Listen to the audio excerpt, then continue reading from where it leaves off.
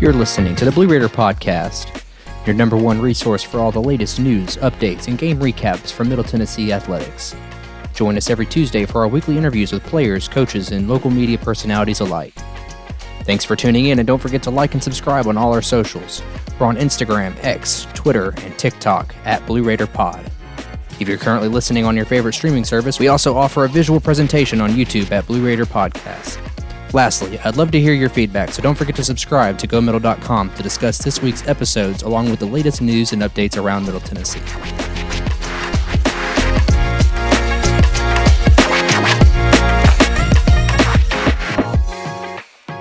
Welcome into the Blue Raider Podcast. I'm your host, Jake Bolden, and a happy March Madness officially to all that celebrate. And today I will extend another happy March Madness to our special guest, Calvin White. He is the writer and one of the editors over at MTSU run newspaper Sidelines. Calvin, how's it going? Good, Jake. How are you? I am excellent. And Calvin, I did see your recent news that you will be attending the Lady Raiders first round matchups in Baton Rouge. So tell me a little bit about your upcoming week.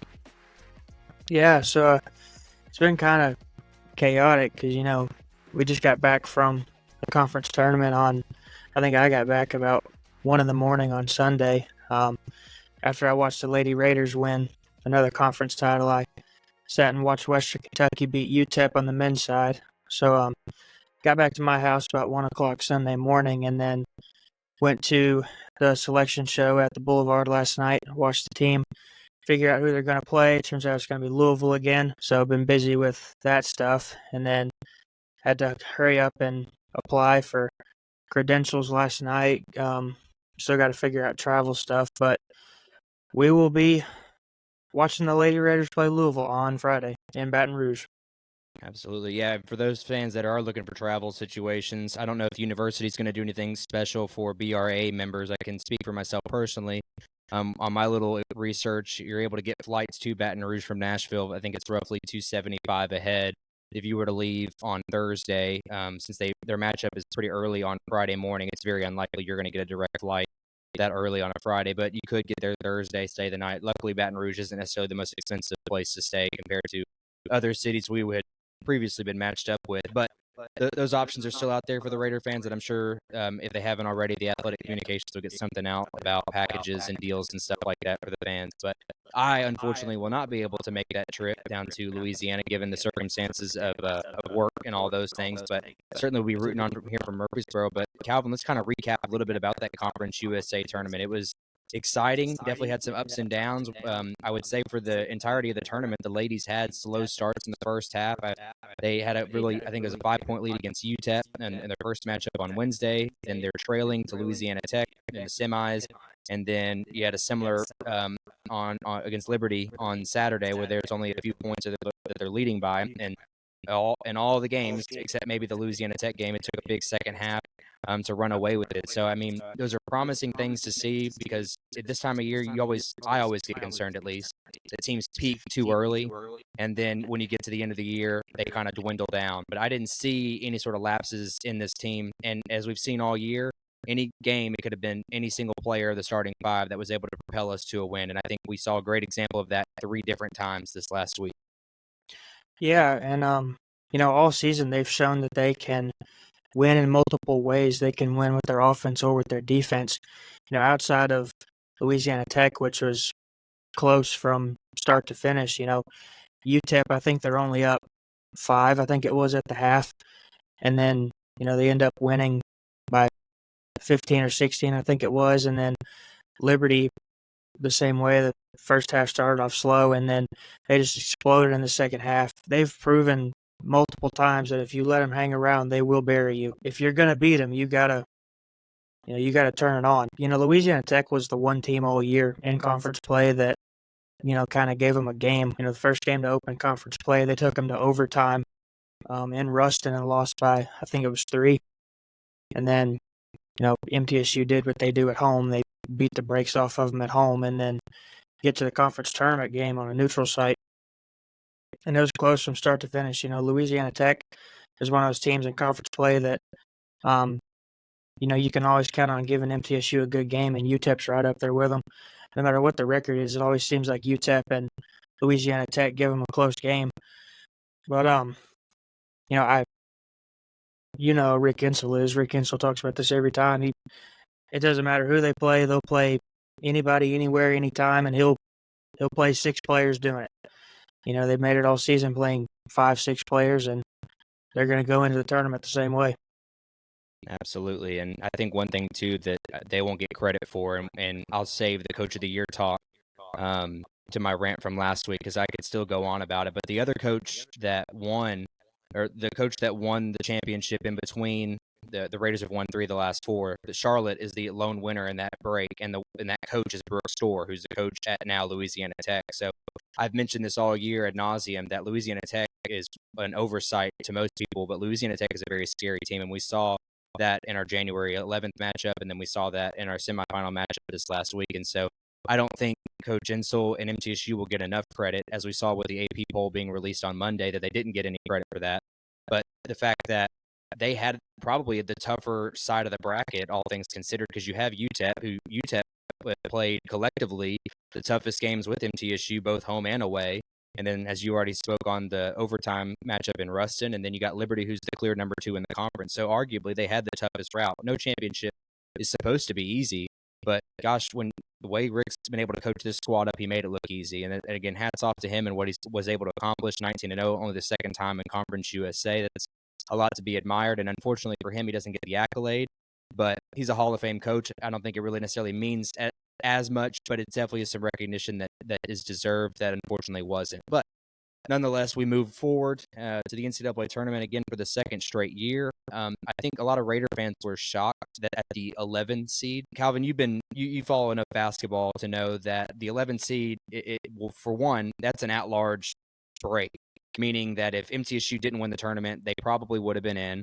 But being an 11 seed made it seem like it was a lot closer to the committee than it was anything else. But I think one thing that might get oversight, or people that don't know, is that the NCAA looks for matchups.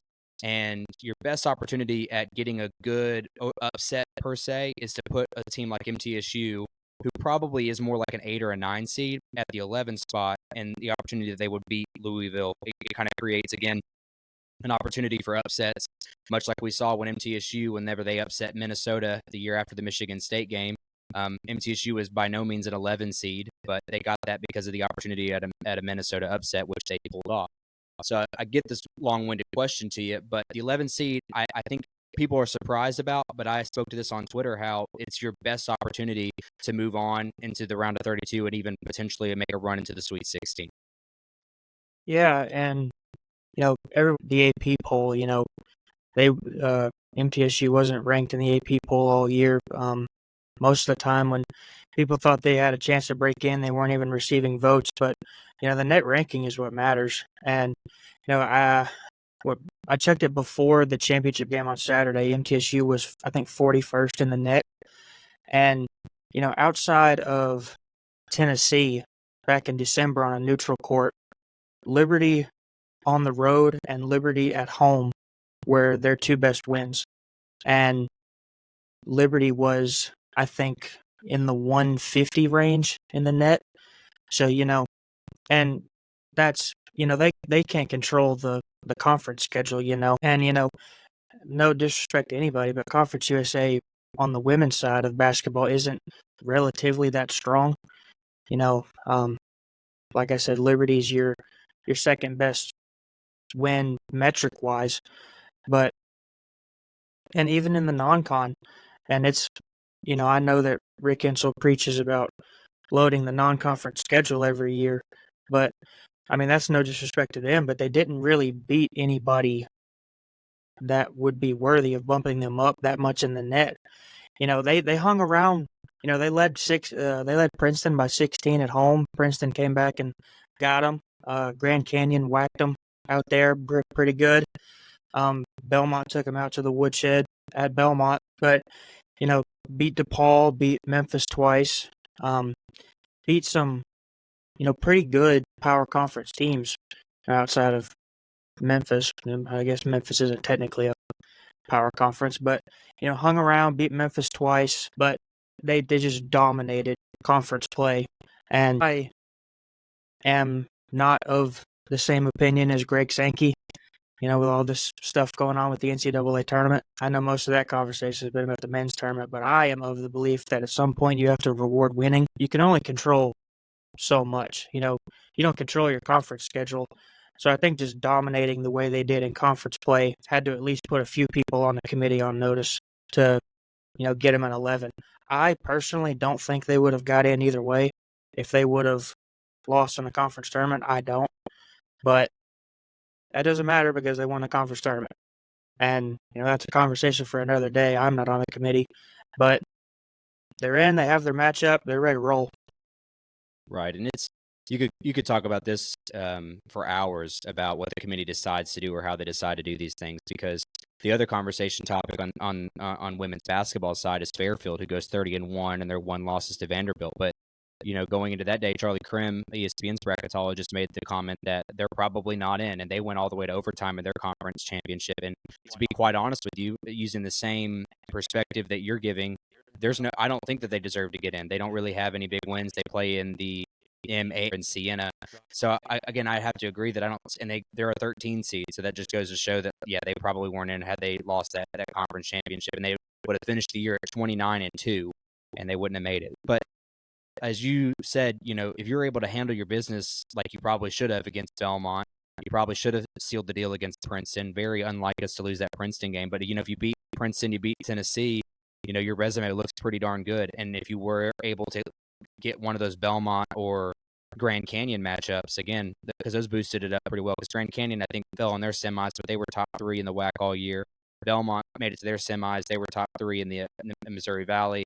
And then Michigan, we were never really in that game. I think that was just a recipe of being a young season.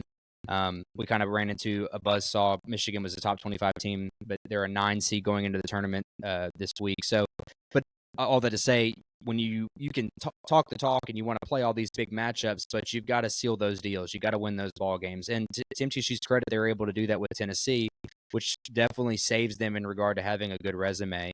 But in going 19-0, you got to get recognized for that. That's got to count for something. And it's not like they were just winning 19 games within single digits, as we touched on. It's 20 plus points was their average. I mean, I think their cumulative margin was over 500 points over their 19 matchups. So it's an absolutely incredible feat in and of itself. But to go back to our matchup that's coming up this Friday, that tip-off is at 12:30 on ESPN2.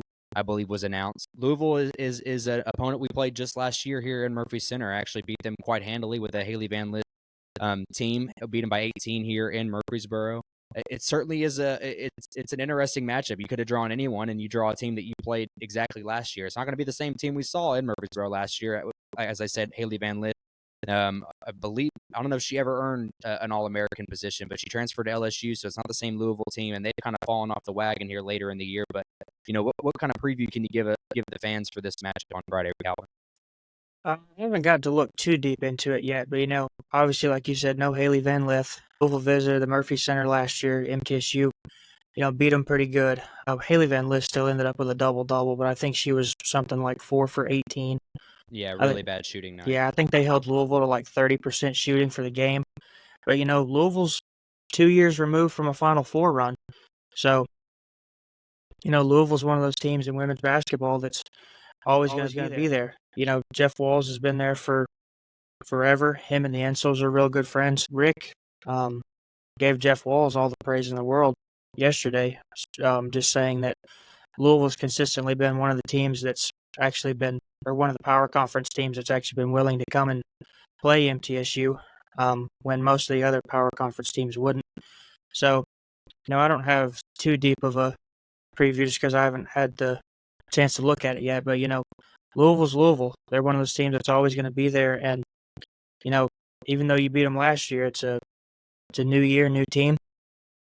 You can't just go in there banking on a win.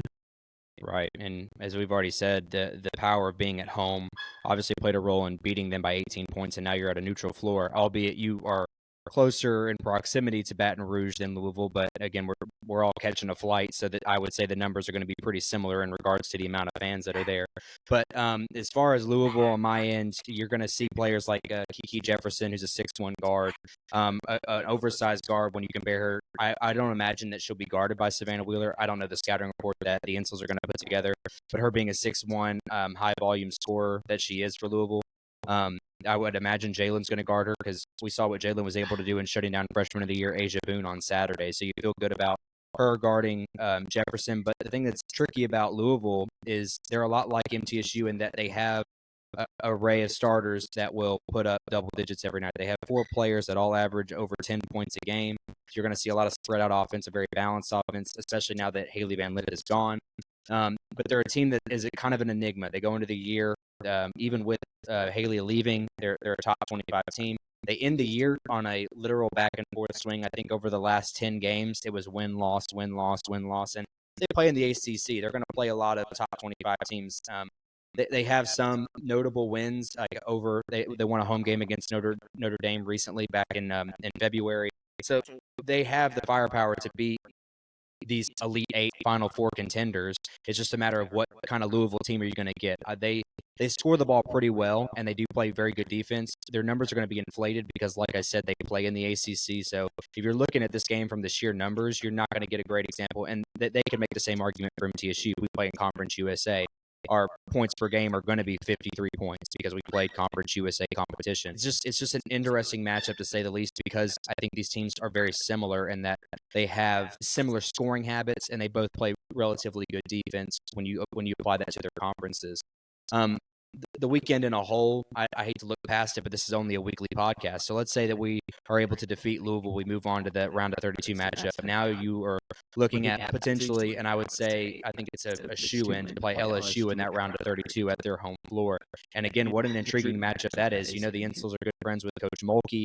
You're going up against the defending national champions on their home floor after the whole debacle that happened there in Greenville.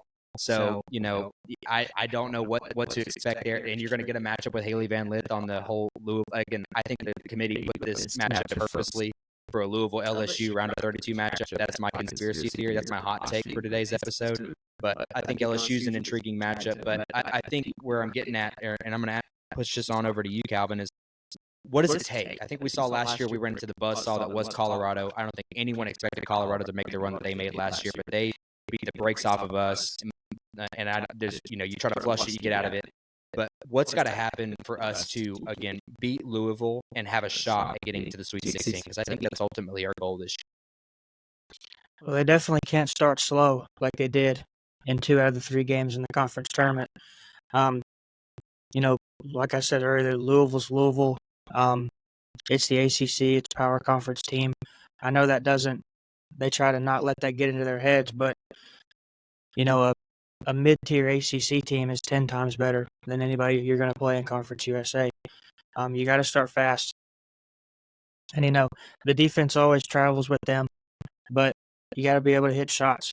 You know, Savannah Wheeler's got to be able to make shots, create something if the play blows up. You know, 95% of teams in college basketball can stop your plays, but every team's got to have players that can go get a basket when you need one, and they have one that can do that in Savannah Wheeler.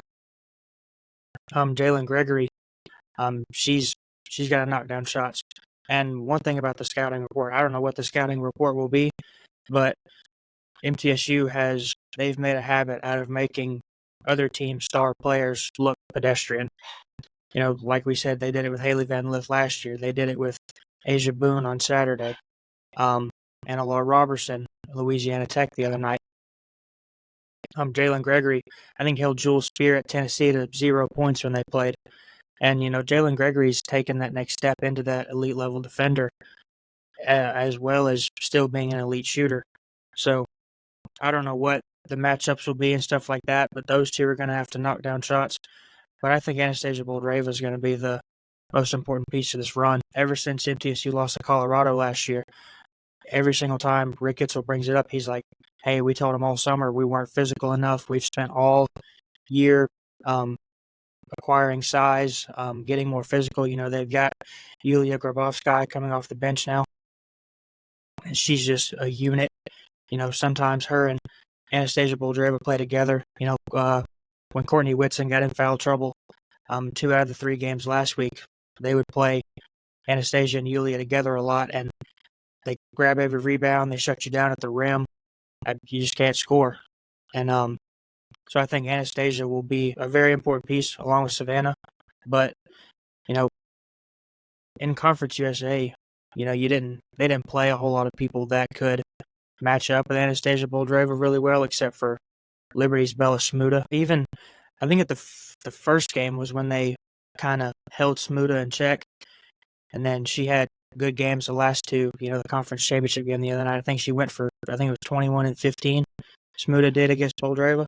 But they're going to have to make shots, play defense. I know that's the whole, entire concept of basketball, play defense and make shots. But I think the biggest thing is they just can't start slow. Yeah, I agree, and I'm curious if you were able to ever have in your post game there on Saturday, and you got a lot of emotions. I don't know if this ever came up, but we see the Yulia Boldreva combination. We haven't seen that at least in bits and pieces all season, other than I can remember the exhibition matchup where they tried that out. My conspiracy, again, I'm full of conspiracy today. My conspiracy was that was something that maybe we were trying to keep in our back pocket as far as having those two on the floor at the same time, because at that time, our biggest issue with Liberty, I believe, was the rebounding. We weren't rebounding. They were able to out-rebound us. Smuda was doing a great job of at least pulling Anastasia outside of paint and allowing them to crash the boards with the other 3 guards. I thought Liberty, they did a good job of forcing that issue. But when we pulled Yulia in, Yulia is just a unit when it comes to defensive rebounding. She's not going to leave the block. She's not going to go out to guard anybody, and you don't want her to. But again, she adds this different dynamic of being able to guard down low and also be able to pull rebounds. And so I'm just curious if did that ever come up as far as that matchup with Insel on Saturday? Well, actually, in the preseason, when it was announced that she was going to be joining the team, Rick Insel actually talked about it then, said you might see it a little bit, but you just don't see it a whole lot just because of how much Rick Insel trusts Courtney Whitson. Right. You only saw it the other night because Courtney Whitson picked up her second foul, I think, early in the second quarter, and then it was one thing we noticed as soon as Yulia comes in the game. I think the lineup was Savannah Wheeler, Jalen Gregory, Tamia Scott, Yulia, Anastasia Boldreva, and I think they went on like a 20-4 run to take the lead towards the middle of that second quarter. But yeah, it's a dominant lineup whenever they're in it together. You just don't see it a whole lot because Rick Insel trusts Courtney Whitson so much, and it's not your typical two post player lineup where you got 2 players in there just clogging the lane. Anastasia can step out and shoot it. Yulia is really good at that little free throw line elbow shot, so she can step out and shoot those a little bit. They like to play high low with her and Anastasia a lot, but the lineup's unstoppable when it's in there. But just because if anybody else shoots it, they're gonna get the rebound and just stick it back in. That's most of Yulia's production is just grab a rebound, grab an offensive rebound and stick it back in. But yeah, I mean, that's really the only reason you don't see it a whole lot is because Courtney Whitson is in there so much. And even toward Rick Insel talked about it after the game the other night. He said that that Yulia just wasn't out there because he was going to stick with Courtney. Courtney Whitson was out there with 4 fouls halfway through the fourth quarter, and she closed the game out. And that's another thing, too. They're really good at playing in foul trouble. Mm-hmm. Jalen Gregory picked up 3 fouls midway through the second, and then she doesn't play the rest of the second quarter, and then she plays the entire second half. Didn't pick up her 4th foul until midway through the 4th, and then Anastasia Boldreva picked up her 4th foul with like 6 or 7 minutes left and played the rest of the game. So they're really good at playing in foul trouble, and really that's the only reason you don't see it is just Courtney Whitson's out there so much. Yeah, I always think it's funny that they'll get criticized by the lack of bench production, but as you just touched on, who do you take out in those situations? Courtney Whitson is the only person I've ever known that could impact a game and not score a single point. That's just the kind of player that she is. And then you could really make the argument for anybody. Tamia is an excellent she has star potential, and I know Rick has said that a lot lately. She just has it. And there's games where I would think back to our first game against Louisiana Tech where we don't win that game if it wasn't for her and Anastasia. They both scored 20-plus points, I think 25-plus points. I think Nos goes for 31, and to me it's like 25 right on the dot, something like that. But everyone has the takeover ability. We've seen Jalen put in 15 points in a matter of 3 minutes. So obviously, we know what Savannah Wheeler's capable of. So it's like you like the two twin towers, if you will. But who do you don't want to take out Courtney just because of who she is on both sides of the floor. But I bring up that because that will definitely be an advantage for the Lady Raiders coming up against Louisville. Their only real player with production is they have 2'6'3" Olivia Cochran, and then they have Elite Instan Bulu. I don't know how to say her last name, but she's 6'3" as well. We're going to have the height advantage down low. So I wouldn't be surprised if you're tuning in on Friday and you see the Lady Raiders bring back up the Boulder Rave. And obviously we saw what was able to get the rebounding under control on Saturday when they're in. But before we switch our attention over to the men's, do you have any predictions for this weekend for the Lady Raiders? I'm not gonna guarantee a win or anything, but I think it'll be, everybody's just basing their assumption off of the game last year, but I do think it'll be a lot closer than people think. I wouldn't be surprised if they won or lost, but everybody's kind of looking ahead to the second round already. I mean, the team obviously isn't, but I think they have a good shot to win. I'm not going to guarantee anything, predict that, but I wouldn't be surprised if you look up with 6 minutes left in the game and it's a tied game or a close game. Yeah, I agree, and I have my bracket to fact check me for those that don't believe me. I do have the Lady Raiders all the way in the Sweet 16, and that is completely biased. I do think that them winning Friday over Louisville has a very high potential. I do think I haven't looked at any of the updated stuff, and it's still early in the week in regards to people making their picks. But if I had to guess, I would say the most popular 11-6 upset would be MTSU over Louisville. That's just my guess. I don't have any numbers to prove that. But I think that's with good reason. I do think LSU's the obvious favorite to come out of their own regional. But again, I'll be a homer. I put MTSU all the way there to the Sweet 16. I have them losing to UCLA fittingly, but I'm a homer in that regard. But that's just the truth of the matter. But let's move on over to the men's action. We had a very up and then a very down week. Belt on cloud 9 after beating Louisiana Tech after losing 2 games to them in the regular season. They have a heck of a come from behind victory. They trailed by as many as I think it was 9, maybe even by as 10 in the first half to overcome and beat Player of the Year and Defensive Player of the Year Crawford and Bacho. And then you have the disappointing performance on Friday, and I don't think disappointing even encapsulates what happened there on Friday against Western Kentucky. Calvin, what's kind of your synopsis of what happened? Yeah, I really, at the time when it happened, I wasn't really as surprised as everybody else that they beat Louisiana Tech. Even though they were the 2 seed, both games they played in the regular season were really close. And, MTSU couldn't make enough plays in either game to kind of give them a push at the end. So, when they go to the tournament, it's really hard to beat. I know there's people that say they don't believe this, but I am of the belief that it's really hard to beat somebody 3 times, especially when the third time is in postseason play and, you're not, it's a one bid league. You've got to win your conference tournament to, kind of go anywhere. But, Jared Coleman-Jones goes toe-to-toe with Daniel Bacho the whole game. Daniel Bacho's probably the best center in the league. He was the newcomer of the year this year in Conference USA. Jared Coleman-Jones goes toe-to-toe with him, gets a double-double. Justin Porter had a really nice game. And, Justin Buford and Jacob Johnson, they're 2 dudes that 95% of what they do doesn't show up in the box score. So Buford held Crawford in check for most of the game. Late shot clock shots off. He made a bunch of them, but for the most part, Jacob Johnson really kind of held him in check. And then Justin Buford shut Crawford down again on the last possession of the game. Louisiana Tech's down 3, I think, with about 10 seconds left. They throw it into Crawford, and I think he misses a layup, gets his own rebound, dribbles it back out for a 3, and Buford just walls up, and Crawford shoots it short, and they end up winning. But I wasn't surprised, or as surprised as a lot of people were, that they won that game just because the first 2 were close, and they had showed that they were actually able to compete with Louisiana Tech.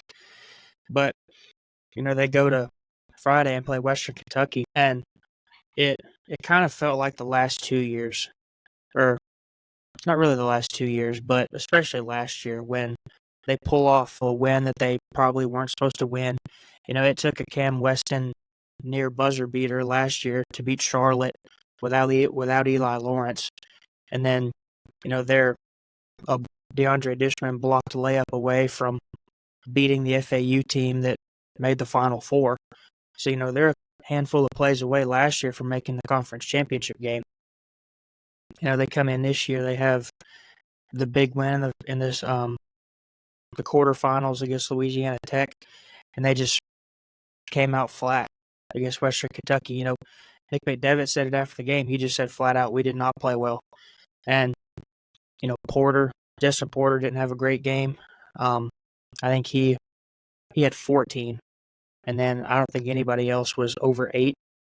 But Western Kentucky just made everything they looked at, whether it was open or not, and most of them were open, but still the amount of shots that they made was just ridiculous.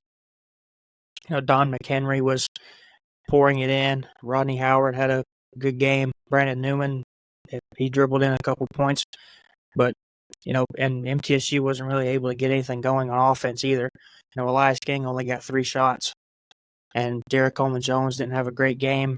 Really, the only one that provided anything offensively was Justin Porter, and he only gave you 14. And there's been so many times this year where Porter's proven that he's had to go get 30 or 35 just for them to have a chance to win a lot of games, just from tip to finish. Bad, brutal performance. Absolutely. And I think my one scouting report from a game like that is if you watch back, Western Kentucky didn't respect Jacob Johnson at all. There were times where he's sitting on the three-point line and they're back all the way down to the block trying to double up Jared or eliminate any sort of entry passes down there. So that's one of those things where the lineup certainly is damaged, and you could always go back to saying, well, if we had Cam, then Justin would be the 2 and Jacob probably isn't playing. And that's a bunch of ifs, ands, or buts, because Jacob's a good defender, and like you said, a lot of his efforts don't show up on the stat sheet because he is normally responsible when Buford's on the floor of guarding the other team's best guard, and sometimes he'll even be thrown in there to guard a 4. So he's that athletic, but the kid is scared to shoot. He won't shoot anything outside of 5 feet, and that's a real problem when, as we touched on all year, their biggest problem is scoring. When they score 69 points, I believe they only lost 1 game all year. So when you're in a game with Western where it's going to be a shootout, you've got to score points, and they're able to lag off of Johnson by 20 feet. Like, that's a real problem. But that's neither here nor there. You move into the offseason. It was evident that McDevitt made the comment that Weston would be back next year, which is very promising. I would love to hear that Josh will be back as well. I'd love to know that they're all going to be back, because I think this team does have promise, and with McDevitt back, you have the continuity, but things are still looming. I would have to say today is Monday as we're recording this. We still haven't heard anything, and I know Blue Raider fans know what I'm alluding to, but things are still in place for this team to be good next year, but you just got to make those necessary changes. And I think, to go back on my comment about Jacob Johnson, you've got to have the depth pieces in place. We need more scores, and that goes without saying. You've got to be able to find these guys. And to go back on the Western Kentucky game, you talk about Don McHenry, and the friends of the show over at Topper Talk, Stephen Moffitt, Don McHenry was a D2 to junior college to Division I talent.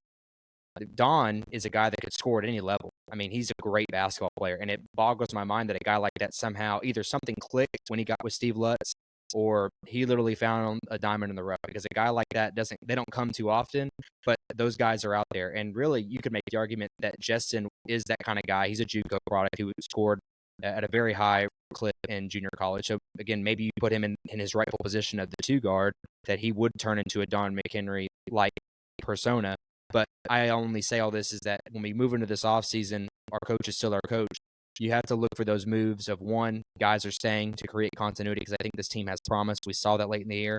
But also, are we picking up the recruits necessary? Are we hitting the portal where we need it to? Because we saw where Daniel Bacho took Louisiana Tech to the next level. Talk about Don McHenry. Like, those are players that changed Kai Tandy in Jacksonville State. Jacksonville State is probably the worst team in the conference if it's not for Kai Tandy. But I'm saying all that because this team especially was one player away. Could you imagine returning Josh and Cam and then finding that X factor that took Louisiana Tech, that took Jacksonville State, that took Western Kentucky to that next level where this team could be this time next year? Well, I certainly think not having Cam Weston was a problem. I don't think it was necessarily the problem. Because even Cam Weston's not that great of a shooter, and that was their biggest problem all year. They didn't have guys that could consistently knock down shots outside of Porter. But Cam Weston was the only guy on the team that's a natural playmaker. You have Cam Weston in there, you can move Justin Porter off the ball, and he can still be that guy that you throw it to him and you can say go score. But with Cam Weston, you have that guy that can break down defenses, and you can have Elias King and Justin Buford in the corners, and then you can have Porter out there as safety nets. And even if you throw Jalen Jordan in there with those guys, you have Jared Coleman-Jones in there who can still step out and shoot it. But obviously not having Cam Weston was a problem. I don't think it should have took them down a level as much as it did. But the thing that I keep coming back to is Elias King is the only player on the team that is completely out of eligibility.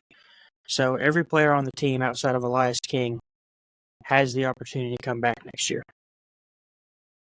Justin Buford has been a guy. He's been in the program a couple years. Jalen Jordan, this was his 5th year at Middle.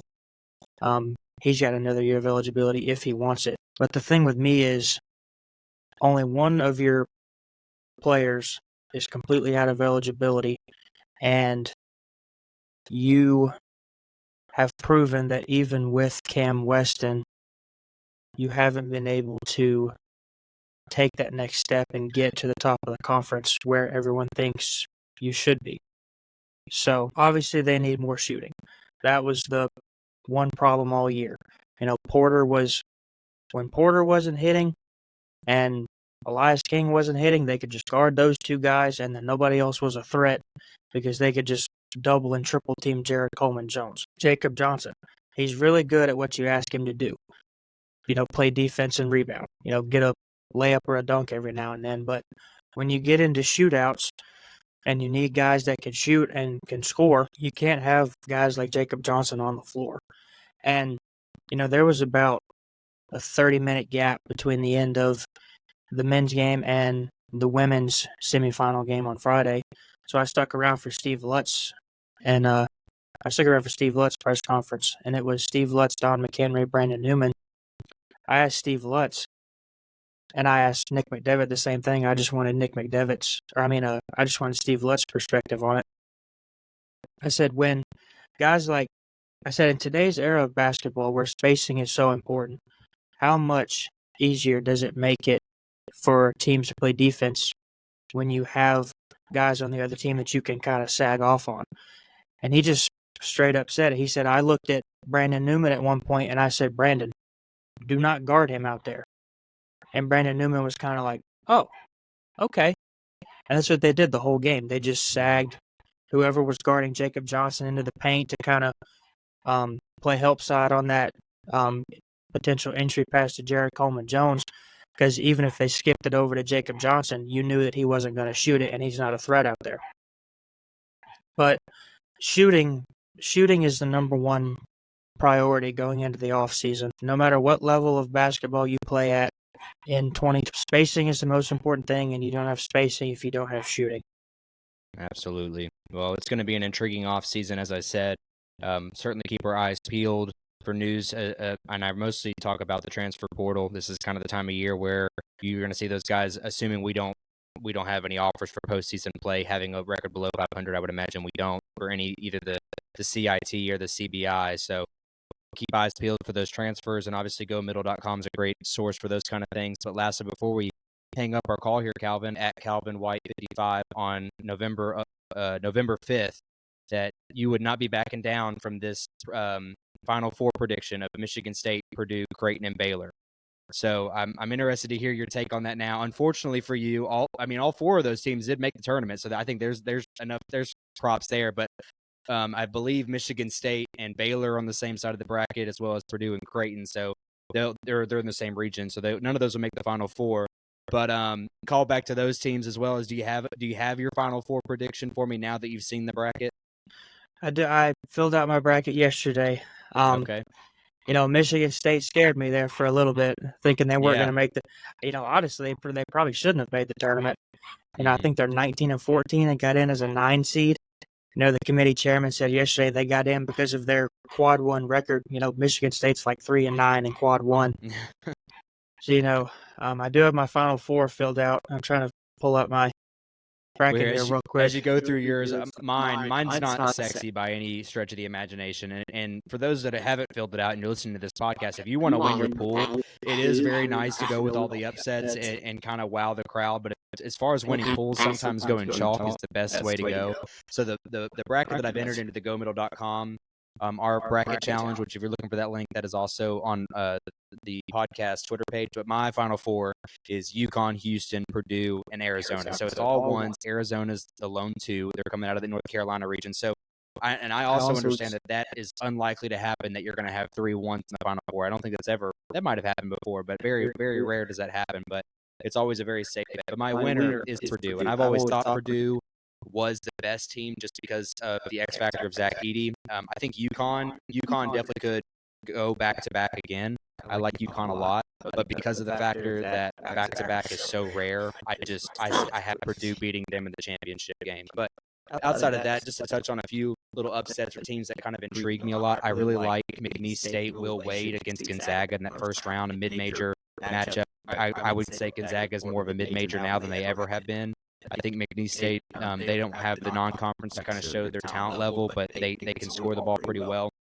And Gonzaga is, again, a wavering team. They lose that championship game to St. Mary's. St. Mary's, we talk about a team that's been up and down all year. That's another one that they have an interesting matchup with Grand Canyon. I still think St. Mary's pulls that one out. But my big upset is, as of now, is going to be McNeese State. And I also like New Mexico. They have that first round matchup with Clemson. And then another one that I have all the way into my Elite Eight is Colorado. I have the play-in game Colorado against Boise State. So luckily with ESPN, even if they lose that first matchup, I still have technically Boise State, so I won't be out so much. But I like Colorado a lot. I think Colorado has a good opportunity to beat Boise State. I think that they got undersold on the 10 seed. It doesn't really make much sense to me. I think in adjusted offense and defense, so when you go to Ken Pom, they're top 30 in both of those categories. So they're arguably a top 6 seed, and they somehow got put on the play-in game with Boise State. But then they're on that same side of the bracket with Florida, Marquette, Texas Tech, and Kentucky. So again, I think Colorado has the potential to get hot. They were a top 25 team early in the year, kind of went on a losing streak there late, so they have the potential to bounce back and, in my opinion, make the Elite Eight. So that if you want me to shock you, I have Colorado in the Elite Eight, but the Final Four is all one. So Calvin, get that bracket pulled up and take a look at some of yours. Yeah, so my Final Four is UConn, Baylor, Houston, and Creighton. I've got Creighton beating Purdue in the Elite Eight, and a lot of people don't. They like to just pin it on Purdue's past tournament results, but I thought Purdue was the best team in the country all year. They've got the best resume. They've got more quad one wins than anybody. But, I think Creighton just gets hot. Creighton's really good offensively. I think Kalkbrenner's one of the few centers in the country that can go toe-to-toe with Edey. They're not shut him down because Edey's just going to get his probably no matter what. But Kalkbrenner's one of the few centers in the country who I think can actually, maybe slow him down a little bit. But, Baylor, I've got Baylor beating North Carolina in the Elite Eight to go to the Final Four. And then I've got Baylor, ESPN's confusing me. I have Baylor beating Arizona in the Sweet 16. Then I have Baylor beating North Carolina in the Elite Eight. And then UConn beating Baylor in the Final Four. UConn-Houston's my championship game, with Houston winning. If Houston's healthy, they're just a machine. And, UConn's a machine, too. UConn beats people's brains in like nobody else in the country. But, Kelvin Sampson's going to be in the Hall of Fame one day, if he's not already. But I think Houston's going to be – I picked Houston – I think it was last year. I picked Houston to win it all last year. I think they lost in, like, the Sweet 16 to Miami, I think it was. Mm-hmm. But this is the year for the Cougs, I think. You think so? I like Houston a lot. I will say that 28-point loss to Iowa State in the Big 12 championship kind of has me concerned. Iowa State's another team that I think could could make a run here. But if we've learned anything over the past decades of watching college basketball, that winning your conference tournament really doesn't mean anything in regards to how hot a team is when it comes to March Madness. And hell, as we saw last year, a complete, for lack of a better word, crap storm there in the Final Four with FAU, San Diego State, UConn, Miami. So it could literally be anything. And I think another topic you could go on about is about how NIL has changed that dynamic of there's a lot more parity. It could literally be anybody. So again, I say I went with a safe bet on going of all ones, but as it went last year, that would have hit. That would not have hit. I would have been even remotely close doing that. So you just never really know, but it's always exciting. That's what makes March Madness what it is. It's a lot of fun. But I love that you're sticking with your guns, still going with Baylor and Creighton there in your Final Four. I like that a lot. And again, it's a little bit of misdirection from the typical. I think North Carolina is the weaker one seed, so I could definitely see Baylor or Arizona coming out of that region. But a lot to look forward to. But Calvin, I appreciate you joining on. Another shout out to you because you were my first ever guest on the podcast. It's grown quite a bit over the last 3.5 months. But of course, I appreciate you coming on, and I know that you are closing out your time at MTSU. You graduate this May, but kind of plug where all the Raider fans can find your work on this upcoming Friday as well as the remainder of the school year. Yeah, you can follow me on Twitter or X, whatever we're calling it now, at Calvin White 55. And then you can find all my writings on MTSUsidelines.com. And he's great with quotes, post-game quotes. I know that sometimes you can get video online, but when that's not available, Calvin's always the man with the quotes. I always appreciate a lot of his insight there, as well as I'm sure he'll be live tweeting the action there in Baton Rouge on Friday. Calvin, absolute pleasure, man. I appreciate it. Thank you for having me. Thank you for sticking around to the Raider wrap-up portion of the episode where we wrap up the previous week in MTSU athletics. We've already discussed the basketball situation with the Lady Raiders traveling to Baton Rouge this Friday to take on Louisville. That tip-off is at 12:30 p.m. and is viewable on ESPN2. As for baseball has a rough week. They only win one of the 4 contests that they have. The midweek matchup against Southern Indiana, they fell at home by a score of 9-12. Briggs Reuter gets the player of the game, going 3 for 4 with 2 runs, a double, and a walk. And it is of note that the Blue Raiders used 8 pitchers in that matchup, and that's much like they did throughout the remainder of the weekend as they travel to Miami to face the FIU Golden Panthers, and they dropped that conference opening series 1-2. They won the Friday matchup by a score of 12-8, but fell on Saturday 6-11, and then on Sunday 6-16. The Raiders used 5 pitchers on Saturday and 6 on Sunday, so they're still trying to find their way in regards to the bullpen as well as their starting rotation. Giving up nearly 50 runs in 4 games is not great, but it is still early, and there's plenty of time to fix it. In regards to batting, though, you're putting up quite a few runs. You would like to think if you're putting up 6 runs, you're going to give your team a chance to win, but as of right now, the bullpen's just not getting it done. Briggs Reuter is the MVP of the weekend, batting 5 for 13 with 6 RBIs, 4 runs, 2 home runs, and 2 walks. I can't say enough about the catcher, Briggs Reuter, being really the MVP for this baseball team at the plate and behind the dish. Their upcoming schedule continues with Conference USA at home against Liberty. That matchup begins on Friday at 6 p.m., and then their Saturday matchup is at 3 and Sunday at 1. All those games will be viewable on ESPN+. Softball also has a less than stellar week, going 2 for 3, including splitting a home doubleheader against South Dakota, losing Game 1 5-8, and then winning Game 2 4-2. And then they also returned for their Conference USA home opener against Louisiana Tech. They dropped that series 1-2, losing the first 2 of the matchup on Friday 1-5 and Saturday 3-5, but they did bounce back to at least avoid the sweep, winning Sunday's game 5-1. My week MVPs go to Amaya Harris, batting 5 for 16 at the plate, 5 RBIs, 3 runs, a double, and 3 stolen bases. And as always, Cameron Carthage seems to be the stellar one in the circle. She wins 2 matchups on the week, going 17 1/3 innings pitched, allowing just 10 hits and 3 earned runs over those 17 innings, and having 8 strikeouts. Their season continues with a midweek matchup tomorrow at home against Austin Peay. That first pitch is at 5 p.m., and it is of note that it'll be a part of the pink water bottle giveaway. And then they will continue their Conference USA season on the road at Jacksonville, Alabama, taking on the Gamecocks. That game will begin that series, I should say, will begin on Friday the 22nd at 6 p.m., then Saturday the 23rd at 1, and then Sunday at 1 p.m. also. As of now, those games are not noted to be viewable anywhere. Men's tennis got swept this week, but they had a challenging schedule at home against Oklahoma. They lost that matchup 1-4, and it was Shu Matsuoka that picked up the lone singles win on his 2-1, and then they traveled to Southern Methodist SMU, 55th ranked Mustangs on Sunday, and dropped that contest to 1-4. Losing both the doubles, very unlike the men, but I'm sure they'll bounce back. They'll have a 2-week hiatus before they finally return back home, and they'll have a doubleheader on a Sunday, the 31st, against Memphis and Alabama A&M. Women's tennis was back in action this week. They had a home loss to UAB where they lost the doubles, but it was Ilaria Sposetti who picked up the lone singles win with a straight 2-0 set win. The ladies will also be on a short hiatus and will return back home next Wednesday. Men's golf had an excellent weekend at the Schenkel Invitational where they finished 3rd out of 14 and arguably one of their toughest matchups of the year, where they actually beat out other ranked and receiving votes teams, but most notably they were just 6 strokes behind 15th ranked Florida. Michael Barnard and Owen Stamper both finished tied for 11th in singles and individuals with 6 strokes under par.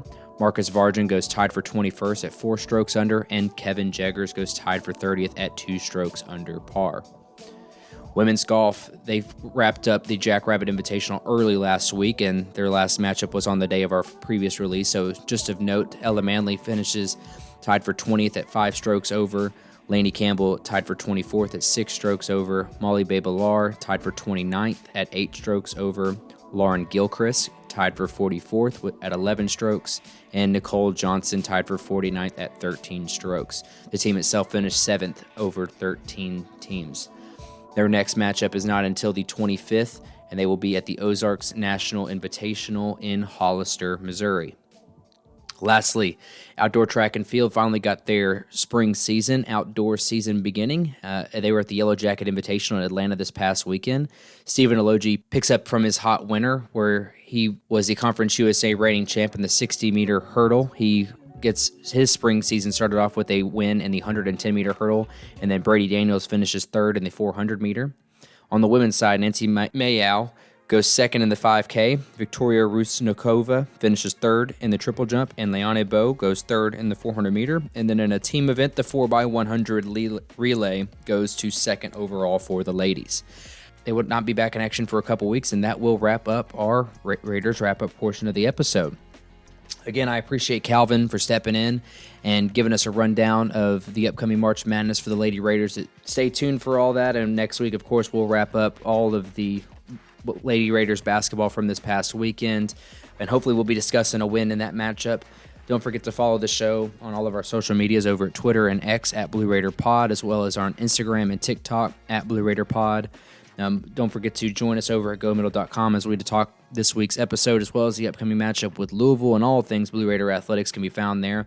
It's not too late to sign up for the Go Middle Bracket Challenge, as that link will be retweeted over on Twitter/X.